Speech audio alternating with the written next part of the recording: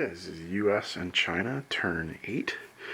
US Pacific has 21 IPCs to spend. They're going to save 5, and they're going to spend 16 on a discounted transport for 6 and a fighter for 10.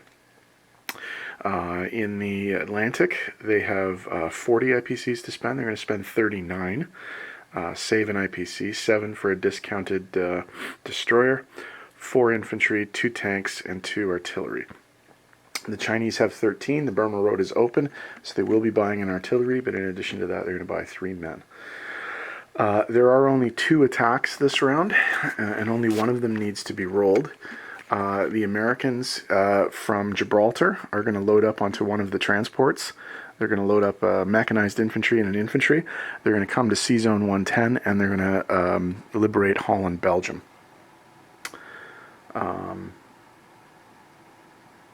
So we'll see how that goes. The other attack that's going to happen is in the Sea Zone 33, the bomber from Queensland.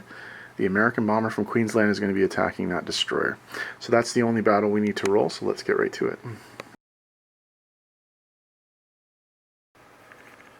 In the battle for Sea Zone 33, the Americans are coming in with a strategic bomber attacking the Japanese destroyer Fumizuki.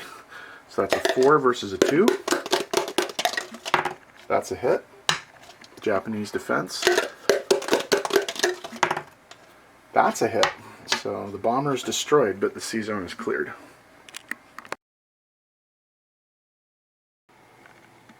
Okay, in non-combat, the 2 infantry and artillery from eastern United States are going to load up on these transports, go to Sea Zone 91, offload in Gibraltar. The 4 transports from Sea Zone 91 are going to make their way back to Sea Zone 101. The battleship and the destroyer from Sea Zone 91 are going to join the rest of the Allied fleet in Sea Zone 110. And I think that's all the movement on this side of the board. On our way by, we have 1 Chinese movement, guy from Hopei to Anhui. And that's literally it. There's no movement in the Pacific for anybody. Okay, tidy this up. We'll be right back.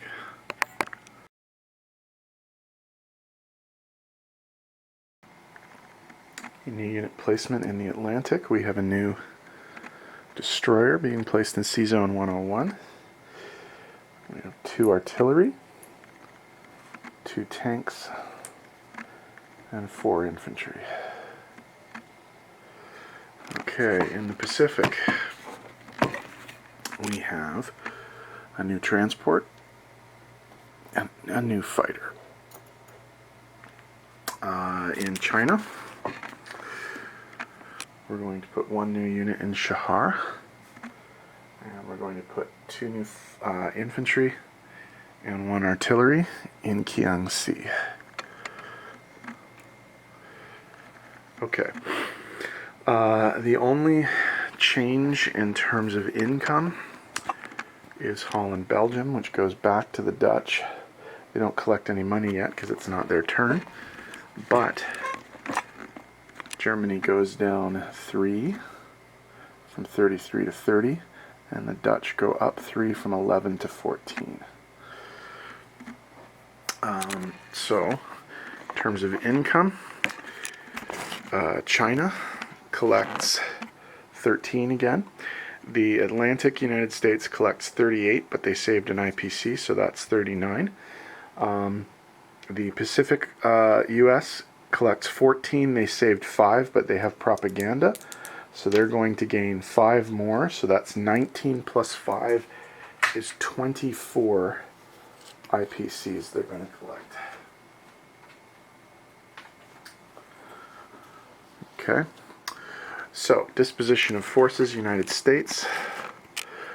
In eastern United States, 4 infantry, 2 tanks, 2 artillery. Sea Zone 101, 4 transports, 1 destroyer. Sea Zone 91, 2 transports, Gibraltar, 2 infantry, 2 artillery. Sea Zone 110, 2 empty carriers, a battleship, a destroyer, and a transport, along with, of course, a lot of Canadian, French, and British naval units. Holland, Belgium, 1 infantry, 1 mechanized infantry. Way down there in Queensland, we have 2 American infantry. On Midway, we have 5 infantry and 1 mechanized infantry. In C-Zone 10, we have a fully loaded supercarrier with 3 fighters. We have a transport, a battleship, a destroyer, or a cruiser and 2 destroyers. In the western United States, we have 2 infantry and 1 bomber, strategic bomber. For the Chinese, they have 1 infantry in Shahar, 1 infantry in Anhui, 2 infantry and an artillery in Kiangsi. So that is U.S. and China, turn 8. Italy's up next. We'll see what they choose to do with their forces. I suspect that the Italians in France may try and retake Holland, Belgium, but we'll see how that goes.